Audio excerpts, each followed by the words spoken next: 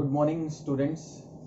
तो last time हम drift velocity की बात कर चुके हैं, जिसके अंदर हमने पढ़ा था कि अगर आपका किसी कंडक्टर के अंदर करंट चल रहा है तो करंट चलने का मतलब चार्ज वहां पे चल रहे थे, इलेक्ट्रॉन्स आपके चल रहे थे, फ्री इलेक्ट्रॉन्स। तो उन फ्री इलेक्ट्रॉन्स की वेलोसिटी क्या थी? तो जो भी उनकी वेलोसिटी होगी उसको हम ड्रिफ्ट वेलोसिटी बोलते हैं। वो एक एवरेज वेलोसिटी है सभी की। वैसे तो हर एक इलेक्ट्रॉन आपकी अलग अलग वेलोसिटी से चल रहा था, लेकिन उन सब का एक एवरेज जो निकाला था वो ड्रिफ्ट वेलोसिटी थी आपकी। ओके, अब ये ड्रिफ्ट वेलोसिटी आपकी 10 टू द पावर -4 या फिर 10 टू द पावर -5 मीटर पर सेकंड के ऑर्डर की होती है, और काफी कम स्पीड होगी। इसका मतलब एक इलेक्ट्रॉन की, जब ये इलेक्ट्रॉन आपका चलता है। और अगर हम बात करें थर्मल वेलोसिटी की, थर्मल स्पीड की, जब आपका करंट नहीं चल रहा है कंडक्टर में, लेकिन चार्जेस तो जिगजैग मोशन में चल रहे हैं ना, फिर भी इलेक्ट्रॉन्स तो अपनी थर्मल एनर्जी के कारण चल रहे थे, तो वो वेलोसिटी आपकी 10 टू द पावर 4 मीटर पर सेकंड होती है। ये काफी हाई होती है। थर्मल वेलोसिटी काफी ज्यादा है, लेकिन ड्रिफ्ट वेलोसिटी काफी कम है। तो ये बातें हम कर चुके थे। तो आज हम करते हैं relation between drift velocity and current. Current का ड्रिफ्ट वेलोसिटी के साथ क्या रिलेशन है ये देखते हैं।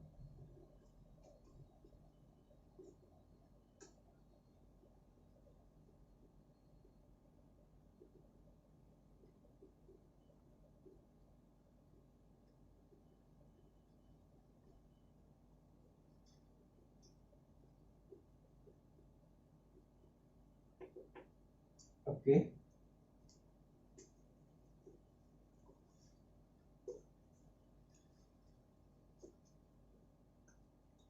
तो हम एक कंडक्टर मान लेते हैं अपना। ये कंडक्टर लेंथ जिसकी L है, और इस कंडक्टर के अक्रॉस आपने एक बैटरी लगा दी, पोटेंशियल डिफरेंस अप्लाई कर दिया आपने, और ये है V वोल्ट का। तो हमारा पोटेंशियल डिफरेंस V वोल्ट है। एक्चुअली पोटेंशियल डिफरेंस जो होगा यहाँ पे पॉजिटिव पोटेंशियल, और इस कंडक्टर के इस एंड पे हमारा नेगेटिव पोटेंशियल यहाँ पे बनेगा। तो पॉजिटिव से नेगेटिव इलेक्ट्रिक फील्ड भी आपका जनरेट हो रहा होगा। और इलेक्ट्रिक फील्ड का पोटेंशियल के साथ क्या रिलेशन होता है? हमारा पोटेंशियल होता है इलेक्ट्रिक फील्ड इनटू डिस्टेंस। तो यहाँ पे हमारी डिस्टेंस कितनी है? तो potential difference between two point, तो एक ये वाला एंड है, तो दोनों के बीच में पोटेंशियल डिफरेंस V है, और इस पोटेंशियल डिफरेंस को हम इलेक्ट्रिक फील्ड इनटू डिस्टेंस के साथ लिख सकते हैं। तो डिस्टेंस हमारी दोनों एंड के बीच में L है हमारी। ओके, और यहाँ पे बहुत सारे चार्जेस हैं आपके, ठीक है। तो इसके अंदर N हम मान लेते हैं, एक यूनिट वॉल्यूम के अंदर N चार्जेस हैं आपके। ओके, तो N है यहाँ पे चार्ज डेंसिटी।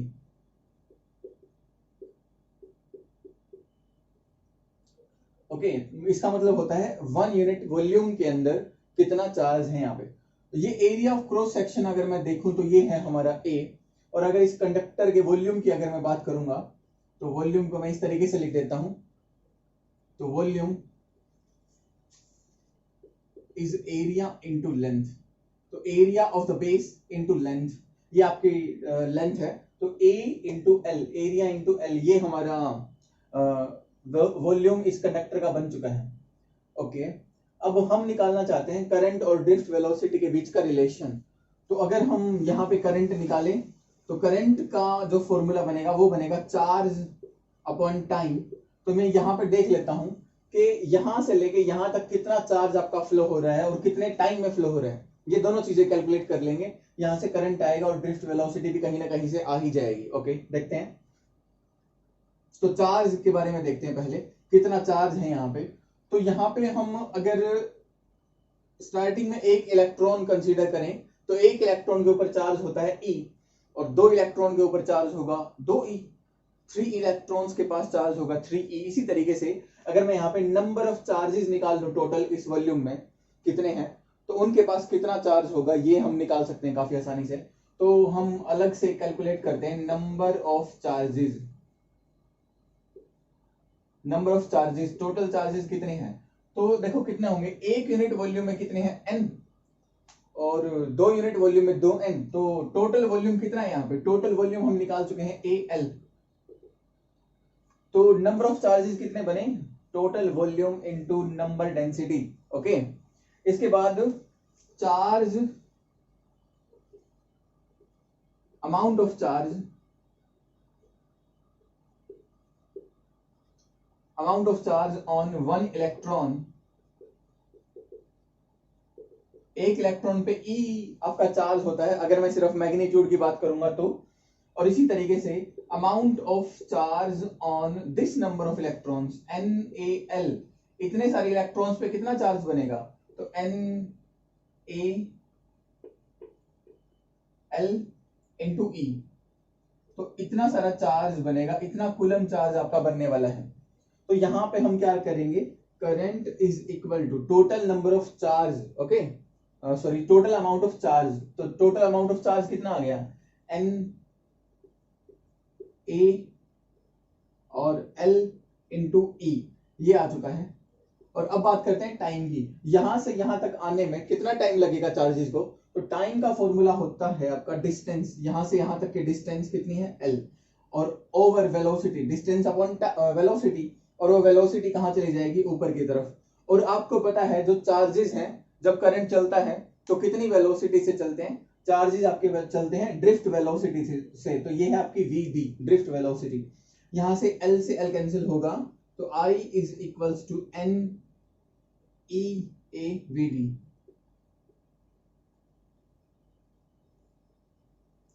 तो करंट के बीच में और ड्रिफ्ट वेलोसिटी के बीच में ये रिलेशन आपका आ चुका है, ओके। तो ये रिलेशन हमारा बन गया।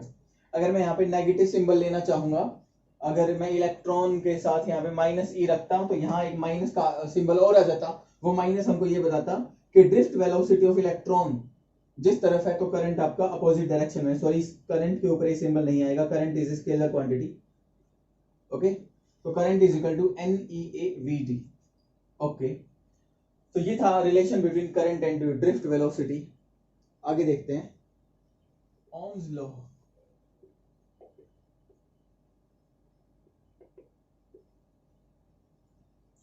तो ओम्स लॉ की बात करते हैं आगे, हम ये क्या कहता है।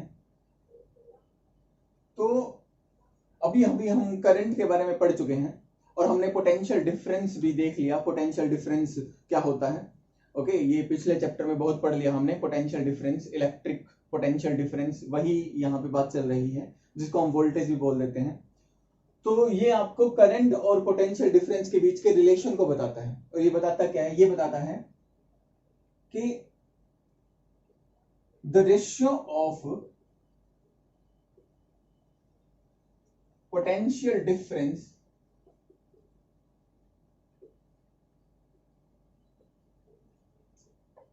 To current in a conductor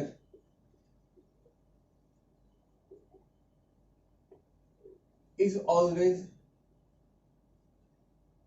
constant, keeping all other physical factors constant, like temperature, pressure, humidity etc। तो अगर हम बाकी सारी फिजिकल कंडीशंस को सेम रख लें, टेम्परेचर को ना चेंज होने दें, ना ही कोई प्रेशर का डिफरेंस आपको लेना है, जो पहले प्रेशर था वही प्रेशर हम बाद में लेंगे, तो किसी भी कंडक्टर के अक्रॉस जितना पोटेंशियल डिफरेंस लगाओगे और जितना उसमें करंट चलने वाला है, उन दोनों का जब रेशियो आप देखोगे, एक कंडक्टर की हम बात कर रहे हैं, कंडक्टर आपको चेंज नहीं करना है, अलग कंडक्टर लेोगे तो अलग सिचुएशन आएगी, लेकिन एक ही कंडक्टर के अक्रॉस जो पोटेंशियल डिफरेंस आप लगाओगे V, जिसको हम बोलने वाले हैं, और करंट जिस जहां पे उसके अंदर चलने वाला है, जिसको हम I से डिनोट करेंगे, तो इन दोनों के रेशियो जो आएगा वो हमेशा कांस्टेंट होता है। तो क्या बना, इसका मतलब यहाँ पे है कि V अपॉन I का जो रेशियो होगा वो ऑलवेज क्या होता है, कांस्टेंट होता है, ओके। तो यहां से हम ये बात भी बिल्कुल क्लियरली देख सकते हैं कि V is directly proportional to I, कि potential difference across a conductor और करंट दोनों आपस में क्या है, डायरेक्टली प्रोपोर्शनल है। I को वहां लेके जाओगे तो ये कांस्टेंट है बीच में, तो ये प्रोपोर्शनल है। और यहाँ पे जो कांस्टेंट आने वाला है वो कांस्टेंट हमारा आ गया एक R, इसको हमने बोल दिया, और ये बन गया I यहाँ पे। इस R को हम बोलते हैं रेजिस्टेंस। इस R को हम बोलेंगे रेजिस्टेंस। तो यहाँ पे रेजिस्टेंस क्या होता है? तो रेजिस्टेंस यही तो है कांस्टेंट आपका। तो resistance is the ratio of potential difference और करंट। इन्हीं के रेशियो को हम क्या बोलते हैं? पोटेंशियल डिफरेंस का करंट के साथ जो रेशियो है उसी को हम रेजिस्टेंस बोलते हैं। और यहां से अगर मैं इस रेजिस्टेंस की यूनिट निकालूंगा तो यहां से रेजिस्टेंस की यूनिट क्या आने वाली है? Resistance is equal to R is equal to V upon I। तो यहां वोल्ट और यहां एम्पियर, तो वोल्ट पर एम्पियर ये इसकी यूनिट बनी। और इस वोल्ट पर एम्पियर को हम बोलते हैं ओम, OHM। और इस ओम के लिए ये एक सिंबल यूज करते हैं हम। इस सिंबल का नाम ओमेगा होता है वैसे। तो ये एक सिंबल है जिसको हम ओमेगा बोलते हैं। तो ओम है एक्चुअली ये, इसको हम बोलेंगे ओम। तो यूनिट ऑफ रेजिस्टेंस इज ओम। ठीक है, ये हमारी रेजिस्टेंस होती है। एक्चुअल मीनिंग क्या है, इस फिजिकल सिग्निफिकेंस क्या है इस रेजिस्टेंस का, ये हम आगे पढ़ने वाले हैं। एक बार इस टॉपिक को कवर करेंगे, फिर बाद में देखते हैं रेजिस्टेंस क्या चीज होती है एक्चुअली। तो ये हमारी रेजिस्टेंस है। V अपॉन I का रेशियो कांस्टेंट होगा हमेशा। अब इसको हम वेरीफाई करना चाहते हैं, ओम्स लॉ को हम वेरीफाई करना चाहते हैं। यही वेरिफिकेशन हम देखते हैं अब क्या होगा, कैसे होगा। और यहां से अगर हम V और I के बीच में एक ग्राफ भी बनाना चाहें तो यह ग्राफ भी बना सकते हैं। यहाँ पे जैसे मैंने करंट ले लिया, यहाँ पे पोटेंशियल डिफरेंस हम ले रहे हैं। जैसे ये रेजिस्टेंस का जो सिंबल होता है वो इस तरीके का कुछ होता है, R से हम इसको डिनोट कर लेते हैं। तो यहाँ पे एक रेजिस्टेंस है, एक कंडक्टर ही मान सकते हो आप इसको, एक कंडक्टर है और इस कंडक्टर के अक्रॉस आपने एक पोटेंशियल डिफरेंस लगा दिया V। ओके, तो अगर आप ज्यादा V लगाओगे, ज्यादा पोटेंशियल डिफरेंस अगर यहाँ पे होगा तो इसमें ज्यादा करंट चलेगा। ओके, तो ज्यादा पोटेंशियल डिफरेंस करोगे तो ज्यादा करंट यहाँ पे चलने वाला है। तो ये इनके बीच का ग्राफ बनेगा, क्योंकि आपको पता है V is directly proportional to I है यहाँ पे। और ओम्स लॉ ये भी कहता है कि I is also directly proportional to V। ये सिचुएशन भी ठीक होती है इसके अंदर। Okay, potential difference across a conductor is directly proportional to current और current is directly proportional to potential difference। दोनों ही कंडीशन ओम्स लॉ के अंदर फॉलो होती हैं। तो यहाँ पे अगर हम इनके बीच का एक रिलेशन बनाते हैं वो क्या होगा? I is directly proportional to V। तो एक स्ट्रेट लाइन ग्राफ आपका बनने वाला है। और अगर इस ग्राफ का मैं स्लोप निकालूं, स्लोप आपको पता है टेंजेंट थीटा से निकलता है। तो कोई इंटरवल मान लेता हूं मैं यहां से यहां तक का। तो ये पोटेंशियल डिफरेंस V मान लिया और यहाँ पे V पोटेंशियल डिफरेंस के अक्रॉस जो चेंज इन करंट है वो हमारा हो गया I। तो यहाँ पे करंट I, यहाँ पे 0। ओके, तो स्लोप हमने निकाला। तो स्लोप कैसे निकलता है? टेंजेंट थीटा से, और टेंजेंट थीटा हमारा परपेंडिकुलर बाय बेस होता है। तो यहाँ पे परपेंडिकुलर कौन है अपना इस ट्राइंगल के अंदर? I, और बेस में क्या है? Potential difference. तो करंट ओवर पोटेंशियल डिफरेंस। अब अगर मैं I बाय V देखूं तो ये क्या होगा? तो V by I is R, then I by V is 1 by R। Okay, तो ये आया 1 upon R, 1 upon resistance। तो slope of IV graph gives inverse of resistance। Resistance का इनवर्स हमको दे देगा IV स्लोप का ग्राफ हमको। ओके, तो अब वेरीफाई करते हैं ओम्स लॉ को।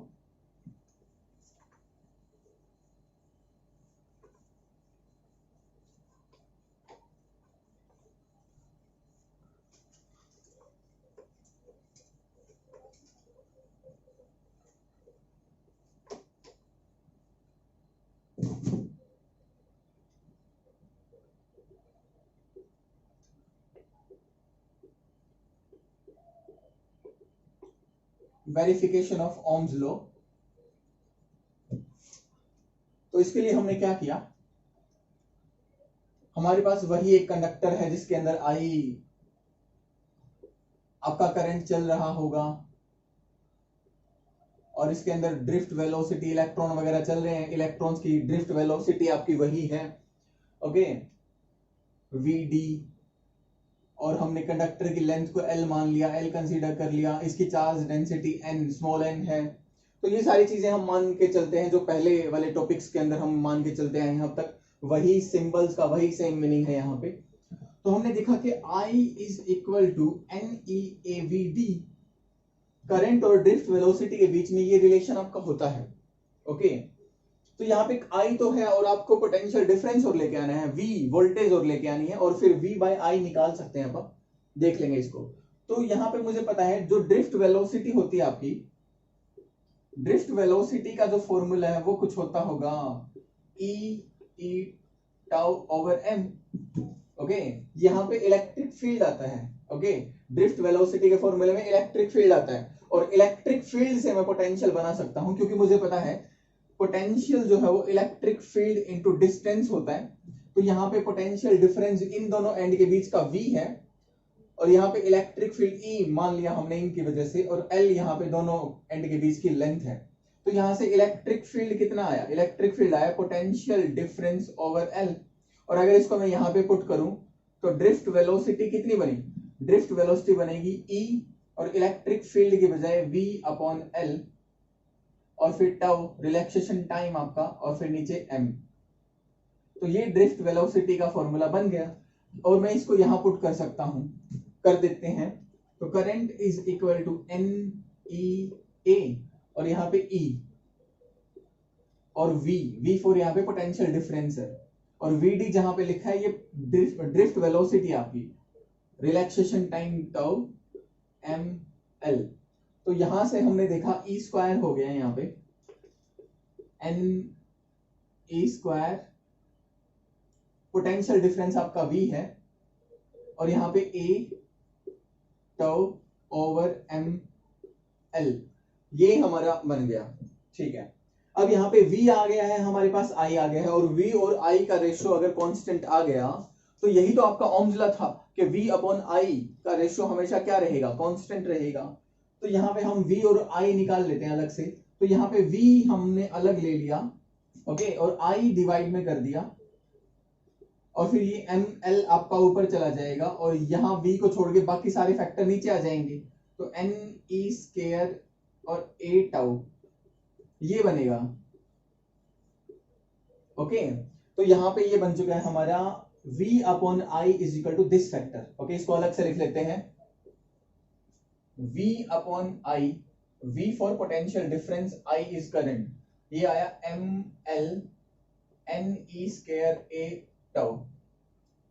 अब हम देखते हैं यहाँ पे M क्या था, M आया है ड्रिफ्ट वेलोसिटी वाले फॉर्मूले में यहाँ। तो ये है मास ऑफ इलेक्ट्रॉन, इलेक्ट्रॉन का मास था यहाँ पे, ये कांस्टेंट होता है। Length of the conductor is also constant. Charge density of the conductor, एक यूनिट वॉल्यूम में कितने चार्जेस हैं, ये भी आपका कांस्टेंट है। चार्ज ऑन इलेक्ट्रॉन, एक इलेक्ट्रॉन के ऊपर E चार्ज होता है, ये भी constant. Area of the conductor is constant, ये आपका एरिया था आपका A, ये कांस्टेंट है कंडक्टर के लिए। और टाउ रिलैक्सेशन टाइम, एक मटेरियल का रिलैक्सेशन टाइम एक ही होता है। ओके, कंडक्टर की लेंथ बढ़ जाए कम हो जाए, लेकिन रिलैक्सेशन टाइम आपका कम ज्यादा नहीं होता है। तो सारे ही फैक्टर क्या है आपके, ये सारे के सारे फैक्टर ही आपके कांस्टेंट हैं। तो यहां से हम बोल सकते हैं दिस इज कांस्टेंट। ओके, ये आपका कांस्टेंट है, और इसी कांस्टेंट को हमने क्या बोला था, R बोला था। तो यहाँ पे R is ML over NE square A tau, ये हमारा फैक्टर बन गया है।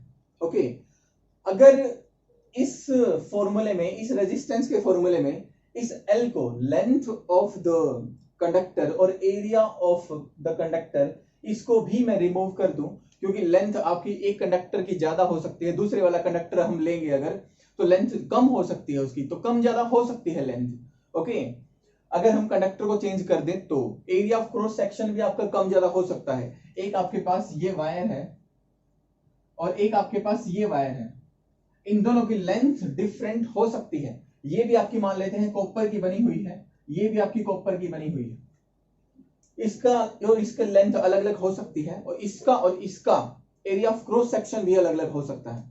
ओके, तो एरिया ऑफ क्रॉस सेक्शन और लेंथ, ये दोनों चीजें अलग अलग हो सकती हैं। अगर मैं इन दोनों फैक्टर को भी अलग कर दूं तो बाकी क्या बचेगा, यहां बचेगा M, mass of electron, charge density of copper, अगर मैं कॉपर की बात कर रहा हूं तो charge on electron, relaxation time of copper, ये तो बिल्कुल ही कांस्टेंट आ गया है। ये फैक्टर तो लेंथ और एरिया पे डिपेंड नहीं करता है, ये वाले फैक्टर तो। और इस फैक्टर को हमने एक अलग से नाम दे दिया जिसको हम बोलते हैं रो, से हम इसको डिनोट करते हैं और इसको बोलते हैं रेजिस्टिविटी।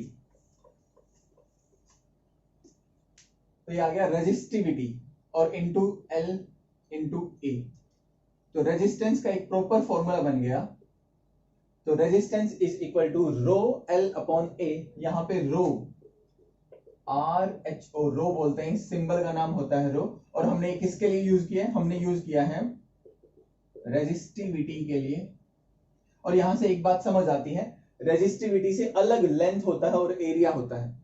फॉर्मूले में इस चीज को रेजिस्टिविटी बोला गया है, लेंथ और एरिया इसके अंदर इंक्लूडेड नहीं है। ओके, इसके अंदर इंक्लूड नहीं है। तो आपकी resistivity does not depend on length of the conductor and area of the conductor. Okay, तो resistivity of conductor does not depend on length और एरिया ऑफ कंडक्टर। इसके बजाय आप ये भी बोल सकते थे कि geometry of the conductor. Okay,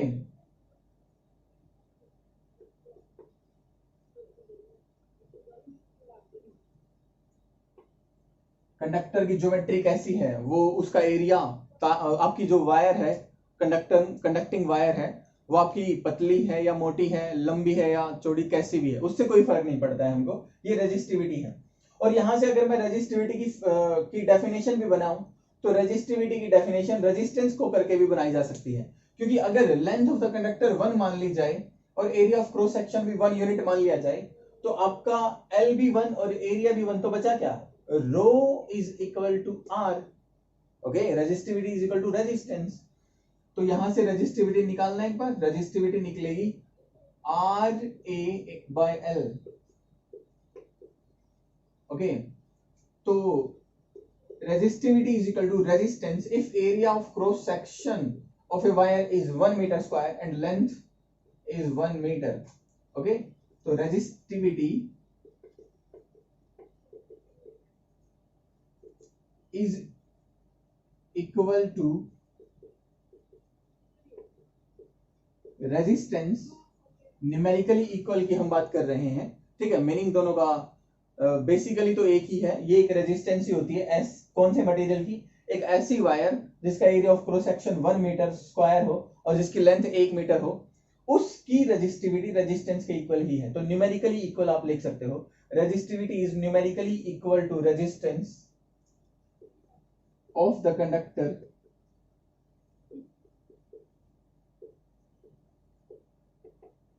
having length 1 meter and area of cross section 1 metre square. ये आपकी रेजिस्टिविटी होगी। ओके, तो अगर मैं रेजिस्टिविटी की यूनिट यहां से बनाऊं तो क्या बनेगी?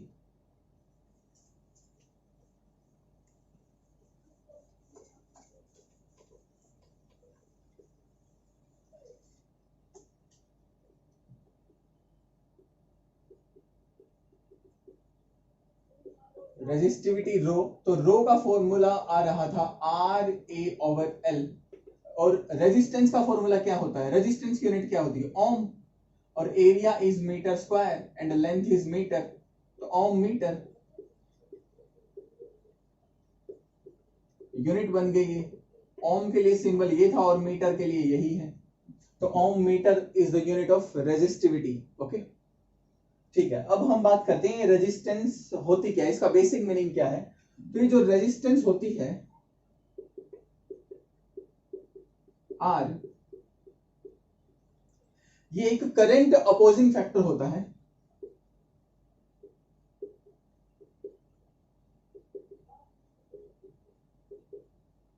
एक ऐसा फैक्टर जो कंडक्टर में करंट के चलने को अपोज करता है, यही आपकी रेजिस्टेंस होती है। नाम से भी क्लियर है, रेसिस्ट करना किसी चीज को। तो ये किसको रेसिस्ट करती है? फ्लो ऑफ चार्जेस को रेसिस्ट करती है। कैसे रेसिस्ट करेगी? ये मान लेते हैं आपका कंडक्टर है, और इस कंडक्टर में जब करंट चलेगा तो बहुत सारे चार्जेस आपके चल रहे हैं, चार्जेस का नंबर बहुत ही ज्यादा होता है कंडक्टर के अंदर।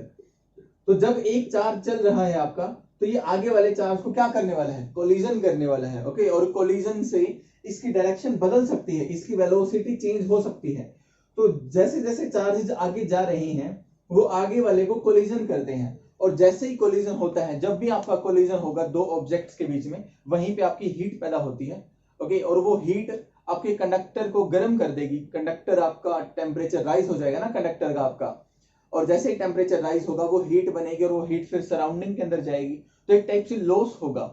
तो एक तरफ आप बैटरी लगा के चार्जेस को चलवाना चाहते हो, बैटरी को अप्लाई करना मतलब पोटेंशियल डिफरेंस अप्लाई करना, potential difference is a work done, और वर्क डन मींस एक एनर्जी आपकी। ओके, तो पोटेंशियल डिफरेंस को लगाने का मतलब एक एनर्जी ही देनी होती है, और उस एनर्जी से आप करंट को चलवाना चाहते हो, लेकिन रेजिस्टेंस के कारण वो एनर्जी आपकी सराउंडिंग में जा रही है, तो यहाँ पे एनर्जी का लॉस है, करंट को अपोज कर रही है ना आपके कोलिजन्स। ओके, तो ये आपकी फैक्टर होती है रेजिस्टेंस।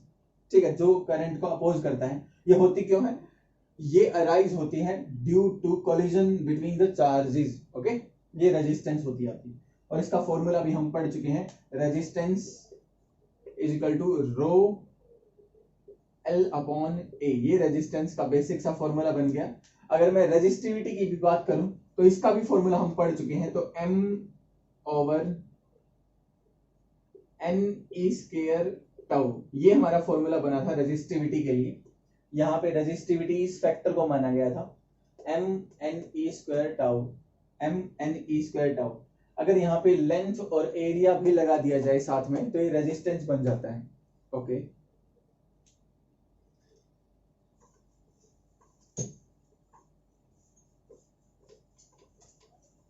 अब एक दो फैक्टर और हैं हमारे पास रेजिस्टेंस और रेजिस्टिविटी से रिलेटेड, वो भी हम देख लेते हैं क्या चीज है वो।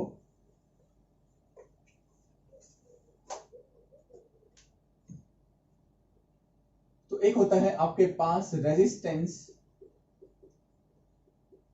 एक होता है कंडक्टेंस। एक आपने रेजिस्टिविटी पढ़ा अभी अभी, और एक हम पढ़ने वाले हैं कंडक्टिविटी। कंडक्टिविटी को G सिंबल से हम डिनोट करते हैं, रेजिस्टिविटी अभी आपने पढ़ा था रो के साथ डिनोट होगी। कंडक्टिविटी के लिए हम सिग्मा यूज करते हैं, और कंडक्टेंस के लिए हम G यूज करते हैं, रेजिस्टेंस के लिए हम R ही यूज करते आए थे। तो रेजिस्टेंस के बारे में तो हमने पढ़ ही लिया सारी चीजें। ओके, जैसे रेजिस्टेंस का फॉर्मूला आया था रो L अपॉन ए, इसकी यूनिट आई थी ओम। इसी तरीके से जो कंडक्टेंस होता है ना, वो रेजिस्टेंस का इनवर्स होता है। ठीक है, तो conductance is the inverse of resistance. तो conductance G is 1 over resistance. Okay, तो अगर मैं इसकी यूनिट बनाऊंगा तो रेजिस्टेंस का इनवर्स करना है, मतलब ओम का आपको क्या करना है, इनवर्स करना है, और ओम के इनवर्स को MHO महो भी बोलते हैं हम, तो महो बोलो या फिर ओम इनवर्स बोलो, एक ही बात है। रेजिस्टिविटी हमने क्या पढ़ा हुआ है, रेजिस्टिविटी के लिए हमने फॉर्मूला पढ़ा हुआ है RA ओवर L, इसकी यूनिट क्या पड़ी थी, ओम मीटर। यहां पे जो कंडक्टिविटी है वो रेजिस्टिविटी का इनवर्स होता है, तो इनवर्स ऑफ रेजिस्टिविटी। ओके, तो सिग्मा इज 1 ओवर रो, और अगर मैं इसकी यूनिट देखूंगा तो ओम मीटर, तो ओम का भी इनवर्स, ओम इनवर्स का मतलब महो होता है आपका, और मीटर इनवर्स। ठीक है, ये आपकी कंडक्टिविटी होती है। मतलब अगर किसी कंडक्टर की रेजिस्टेंस ज्यादा है तो उसकी कंडक्टेंस आपको कम मिलेगी। ठीक है ना, कंडक्टेंस आपकी कंडक्टिविटी फैक्टर को बताती है कि वो कितना बढ़िया कंडक्टर है। जितना ज्यादा रेजिस्टेंस होगा उतना ही बढ़िया वो आपका इंसुलेटर होगा। ठीक है,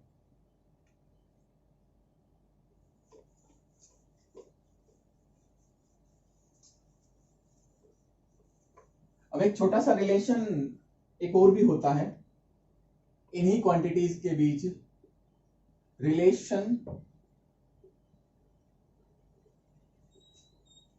between conductivity, current density and electric field E। ये दो तीन क्वांटिटीज के बीच भी एक छोटा सा रिलेशन है, ये और हम देख लेते हैं। तो हमने अभी अभी ओम्स लॉ पढ़ा था। ओम्स लॉ क्या कहता था? ये कहता था V is equal to I times R. तो इन सब के बेसिक बेसिक फॉर्मूले हम अगर यूज कर लेंगे तो इनके बीच का एक रिलेशन बन जाएगा। तो अगर मैं पोटेंशियल डिफरेंस की बात करूं तो पोटेंशियल डिफरेंस होता है इलेक्ट्रिक फील्ड इनटू डिस्टेंस, और डिस्टेंस में उसी कंडक्टर की बात कर रहा हूं। तो कंडक्टर की लेंथ को जिस हम EL मानते आए हैं अब तक। अगर मैं करंट की बात करूंगा तो करंट से बेसिक फॉर्मूला एक करंट डेंसिटी का भी होता है। तो करंट डेंसिटी मैं यहाँ पे यूज कर सकता हूं। तो करंट आपका current density into area of the conductor ये होता है। अगर मैं रेजिस्टेंस की बात करूंगा तो resistance is rho L upon A होती है। तो ये तीनों फैक्टर यहाँ पे अप्लाई कर देंगे हम, तो एक रिलेशन सेटअप हो जाएगा। तो potential difference is electric field into distance, current is current density and area, and resistance is rho L over A। Area से एरिया कैंसिल होगा, लेंथ से लेंथ कैंसिल होगी, और यहां से बना electric field is equal to current density into rho. Rho is resistivity. और अगर इस रेजिस्टिविटी का इनवर्स कर दिया जाए, अगर इस रेजिस्टिविटी को हम एक और फॉर्मूला पढ़ चुके हैं, resistivity is 1 over conductivity. Resistivity और कंडक्टिविटी एक दूसरे के इनवर्स होते हैं ना, ठीक है। तो यहां से कंडक्टिविटी क्या आ गया, रेजिस्टिविटी की बजाय क्या लिख सकता हूं मैं, 1 ओवर रो 1 ओवर सिग्मा। तो यहां पे आ गया 1 बाय सिग्मा। तो यहां से आ गया J is equals to E sigma, ठीक है। तो ये आ गया आपका, यहां पे है कंडक्टिविटी, ये कंडक्टिविटी, करंट डेंसिटी और इलेक्ट्रिक फील्ड। तो ये करंट डेंसिटी, ये इलेक्ट्रिक फील्ड आपका, ये एक रिलेशन हमने सेटअप कर लिया। एक्चुअली इस सिंबल को, इस फॉर्मूले को एक नाम भी दिया गया है, इसको हम बोलते हैं microscopic form of Ohm's law. Ohms law की एक ये माइक्रोस्कोपिक फॉर्म है, एक स्मॉल फॉर्म है, स्मॉलर फॉर्म है, क्योंकि आप देख सकते हो ओम्स लॉ से ही हमने इन चीजों को ड्राइव किया हुआ है। ओम्स लॉ के अंदर V था, I था, R था। रेजिस्टेंस से छोटी यूनिट रेजिस्टिविटी होती है, और करंट से छोटा current density, and potential difference से छोटा इलेक्ट्रिक फील्ड आपका होता है। तो इन तीनों के बीच एक रिलेशन सेटअप हो गया है, जिसको ध्यान रखेंगे, हम याद रखेंगे। ओके ओके, तो आगे पढ़ते हैं कॉम्बिनेशन ऑफ रेजिस्टेंसेस।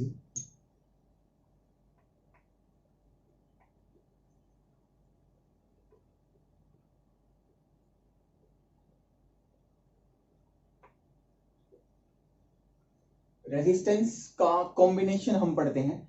अगर एक कंडक्टर है आपके पास और एक और कंडक्टर है मान लेते हैं, उन दोनों कंडक्टर को हमने कनेक्ट कर दिया और फिर हमने एक बैटरी अप्लाई कर दी है। तो पहले कंडक्टर की रेजिस्टेंस R1 है, दूसरे कंडक्टर की रेजिस्टेंस R2 है। तो टोटल रेजिस्टेंस कैसे निकलेगी? ओके, तो ये आपका एक कंडक्टर था, ये एक वायर है आपकी, और इसी तरीके से एक और भी वायर है आपके पास ये। तो इन दोनों वायर को आपस में कनेक्ट अगर हम कर दें और फिर एक बैटरी लगाएंगे, तो इसकी रेजिस्टेंस R1 है, इसकी रेजिस्टेंस R2 है। तो टोटल रेजिस्टेंस कैसे निकलने वाली है आपकी? इसी तरीके से दो वायर हम लेते हैं, एक ये वायर है आपकी, एक और वायर ले ली, एक और वायर हमने ले ली, और इन तीनों वायर को इस तरीके से कनेक्ट कर दिया है, और फिर हम एक बैटरी अप्लाई कर देते हैं यहाँ पे। तब भी यहाँ पे करंट चलने वाला है। तो इसकी रेजिस्टेंस R1 है, ये R2 है, और यहाँ R3 है।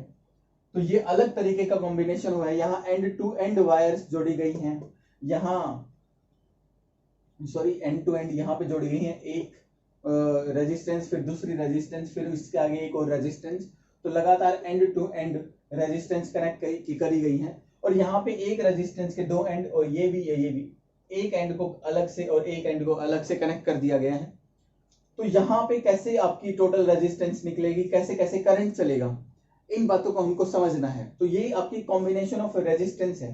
तो ये एक अलग से आपका कॉम्बिनेशन हुआ, ये एक अलग तरीके का कॉम्बिनेशन हुआ, इसको हम बोलते हैं सीरीज कॉम्बिनेशन।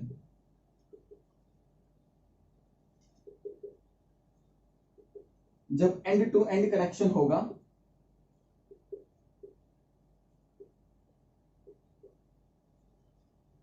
तो ये सीरीज कॉम्बिनेशन हम इसको बोलते हैं। और यहां पे अगर ये बैटरी हमने एक पॉइंट, यहां पे एक पॉइंट चुन लिया और यहां भी एक पॉइंट चुन लिया, this is B point and this is A point, और इन्हीं दोनों पॉइंट के बीच में हमने वो वायर्स कनेक्ट कर दिया, अगर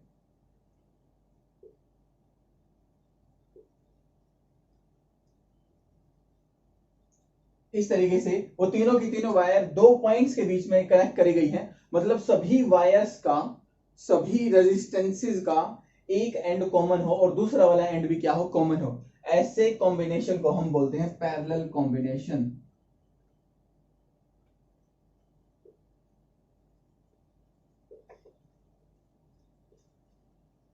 ठीक है, वैसे इस रेजिस्टेंस, ये एक रेजिस्टेंस है, इसको हम इस सिंबल से, ऐसे वायर की वायर नहीं दिखाएंगे, इसके लिए हमने एक सिंबल यूज कर रखे हैं, ये वाला। तो ये रेजिस्टेंस का सिंबल है हमारा, ठीक है। तो यहाँ पे ये हमने दो resistances R1 and R2 series के अंदर कनेक्ट कर ली, एंड टू एंड लगातार, और यहाँ पे हमने एक रेजिस्टेंस, दो रेजिस्टेंस और फिर ये तीन रेजिस्टेंस, ये पैरेलल कॉम्बिनेशन हमने कर लिया, R1, this is R2 and this is R3। Okay, देखते हैं कैसे हम टोटल रेजिस्टेंस पूरे सर्किट के निकाल सकते हैं, इक्विवेलेंट रेजिस्टेंस कैसे निकलने वाली है।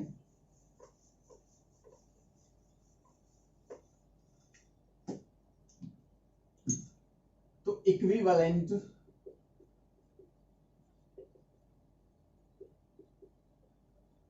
रेजिस्टेंस इन सीरीज,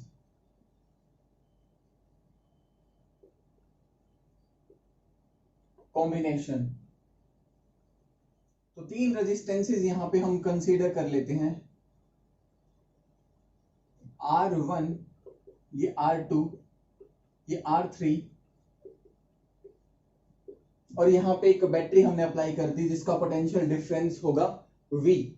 ओके, अब आपको पता है यहां पे कुछ करंट आपका चलने वाला है I, और सीरीज कनेक्शन में हमेशा करंट इक्वल ही रहता है। क्यों? क्योंकि देखो यहां से जो भी चार्ज चलेंगे तो पहले वो इस कंडक्टर में आएंगे, फिर इस कंडक्टर में, फिर इस कंडक्टर में। चार्जेस के पास और कोई रास्ता नहीं है जाने के लिए, सारे के सारे चार्जेस यहाँ यहाँ यहाँ, सभी के सभी चार्जेस इसी कंडक्टर के थ्रू पास होने वाले हैं। जितने यहाँ थे चार्ज उतने ही यहाँ पे हैं, उतने ही यहाँ पे हैं।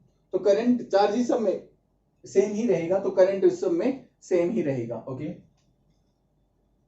तो करंट यहाँ पे आई है, यहाँ भी आई, यहाँ भी आई, यहाँ भी आई, तो करंट इज सेम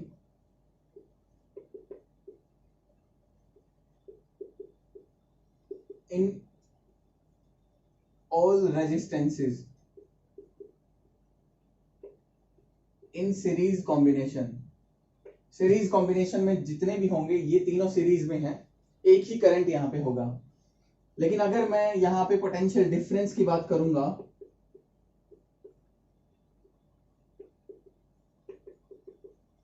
V की बात करूंगा, तो ये आपका अलग अलग आएगा, डिफरेंट इन ईच रेजिस्टेंस। अलग अलग रेजिस्टेंस में अलग अलग पोटेंशियल डिफरेंस होगा, क्योंकि पोटेंशियल डिफरेंस जो है ना आपका, पोटेंशियल डिफरेंस होता है करंट। तो करंट इसमें I और इसकी रेजिस्टेंस R1, तो अगर सबका R अलग अलग है तो सबका V अलग अलग आएगा। यहां अगर मैं देखूंगा तो V2 आएगा IR2 और यहां V3 आएगा IR3। तो टोटल कितना पोटेंशियल डिफरेंस लगाया आपने, V। तो यहां से आप देख सकते हो जो V टोटल लगाया आपने V, वो होगा V1 V2 plus V3।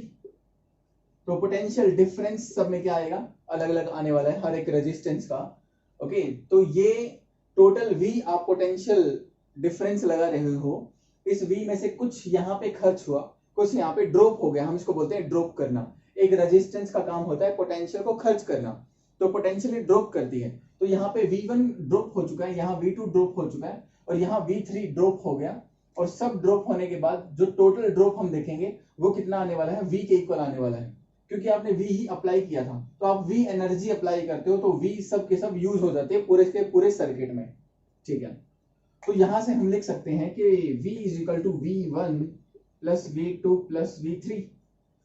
Okay, अगर मैं इस फैक्टर को, पूरे फैक्टर को I से डिवाइड कर दूं तो यहां क्या बनेगा, यहां बनेगा V अपॉन I, और V अपॉन I तो R होता है आपका, लेकिन कौन सा R, क्या R1 या R2 या R3? तो अगर हम ध्यान से देखें तो टोटल पोटेंशियल डिफरेंस है यहाँ पे V, तो V is the total potential difference and I is the total current. If V is total then I is total, तो रेजिस्टेंस भी आपकी टोटल ही रहेगी। तो यहाँ पे इस पूरे सर्किट की टोटल रेजिस्टेंस है ये, तो ये R इक्विवेलेंट, मैं इसको लिख सकता हूँ R इक्विवेलेंट। मैंने इसी फिगर को क्या किया है, मैंने इस फिगर को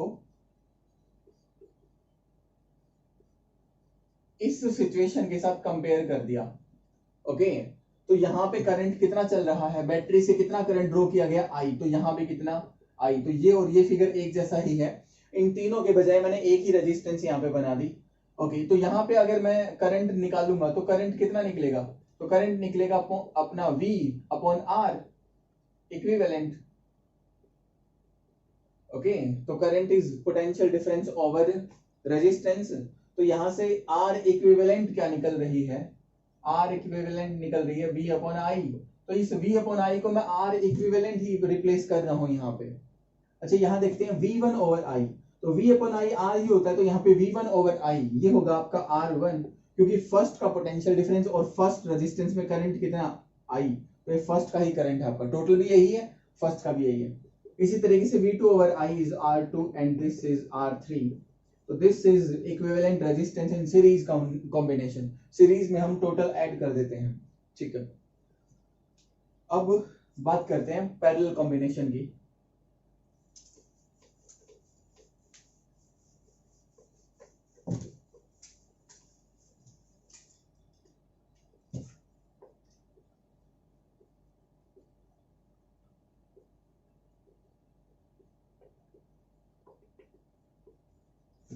तो ये हमने फिर से 3 रेजिस्टेंस मान ली।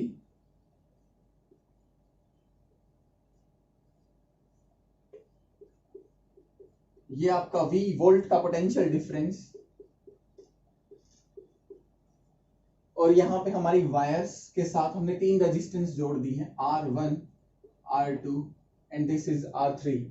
तो अगर आप इन वायर्स की बात करोगे ना, जो मैंने एक कनेक्टिंग वायर्स हम इनको बोलते हैं, तो इन कनेक्टिंग वायर्स की हेल्प से तीनों रेजिस्टेंस को जोड़ा गया है। तो इन कनेक्टिंग वायर्स की रेजिस्टेंस को 0 मानते हैं हम हमेशा, इसीलिए यहाँ पे कोई भी पोटेंशियल खर्च नहीं होता इस पूरी वायर के अंदर।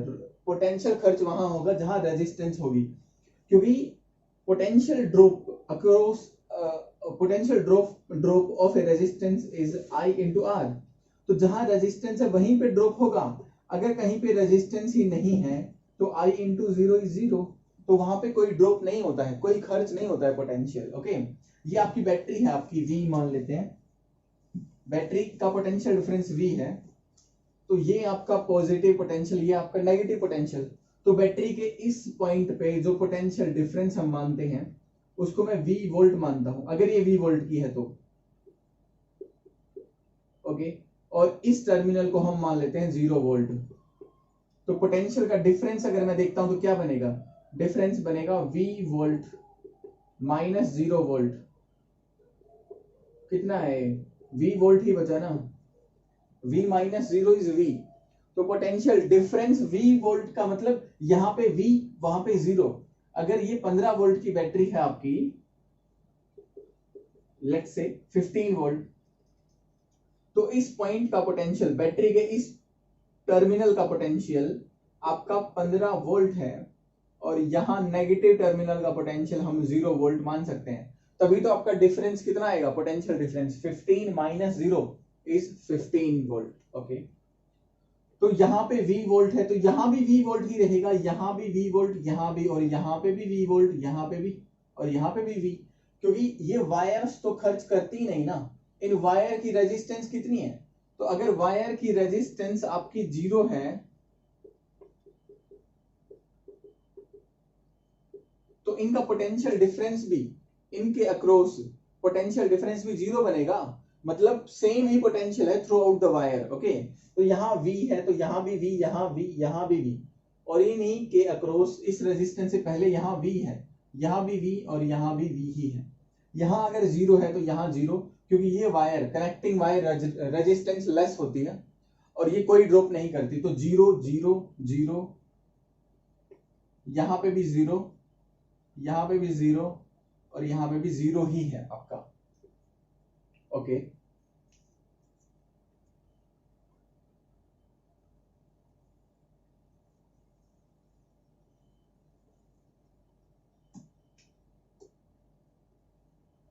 तो यहां से हमको क्या समझ आता है, यहां से समझ आता है कि पैरेलल के अंदर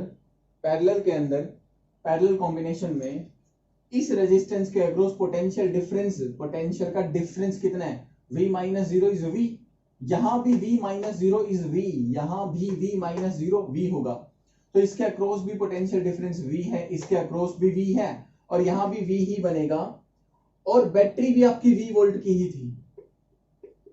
ओके, तो पैरेलल कॉम्बिनेशन में पोटेंशियल डिफरेंस आपका सेम होता है, तो potential difference is same.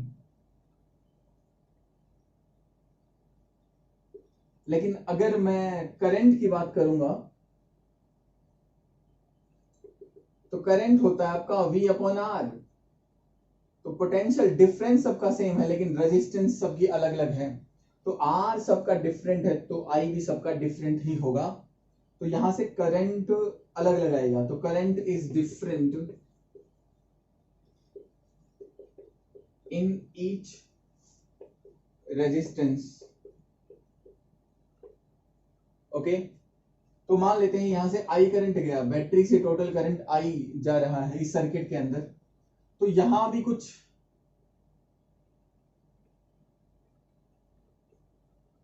Current जाएगा, इसको हम I1 कंसीडर कर लेते हैं, यहां I2, यहां टोटल I था ना, यहां I3। ओके, तो यहां पे I करंट, यहां पे I1, यहां I2, यहां I3, तो टोटल करंट तो I ही है ना आपका, तो टोटल करंट कितना है, I1 plus I2 plus I3, और अगर मैं इस पूरी इक्वेशन को V से डिवाइड कर दूं जो इसमें सेम था, सभी में पोटेंशियल डिफरेंस सेम है आपका, V सेम है। ओके, तो I बाय V क्या होता है, तो I by V is 1/R। ठीक है, तो अगर इस सर्किट को मैं इसके साथ कंपेयर करूं तो यहां पे R इक्विवेलेंट, इन तीनों के बजाय मैंने R इक्विवेलेंट बना दी, और यहां V पोटेंशियल डिफरेंस वही अपना सेम, और I इस बैटरी से करंट ड्रॉ किया गया। ओके, तो यहां R इक्विवेलेंट अगर मैं निकालता हूं तो क्या निकलेगा, V ओवर I, और अगर मैं I बाय V निकालूं तो ये 1/R इक्विवेलेंट बनाना, तो यहाँ पे I ओवर V को मैं 1/R इक्विवेलेंट से रिप्लेस कर सकता हूं, तो 1/R equivalent is equal to I1 over V, तो I by V is 1/R equivalent, तो यहाँ पे I1 ओवर V, तो ये तो 1/R1 है, ये 1/R2 and this is 1/R3, तो ये टोटल रेजिस्टेंस हम इस तरीके से निकालते हैं, इस तरीके से हम टोटल रेजिस्टेंस, इक्विवेलेंट रेजिस्टेंस निकालते हैं पैरेलल कॉम्बिनेशन के अंदर। ओके, तो 1/1 करके ऐड करना है और जो टोटल आएगा उसको बाद में फिर इनवर्स कर देना, क्योंकि 1/R इक्विवेलेंट की वैल्यू आई है, आपको R इक्विवेलेंट की वैल्यू निकालने के लिए इनवर्स भी करना है, तो यहां से सब चीजें निकालेंगे और बाद में इनवर्स कर देंगे उसका। ओके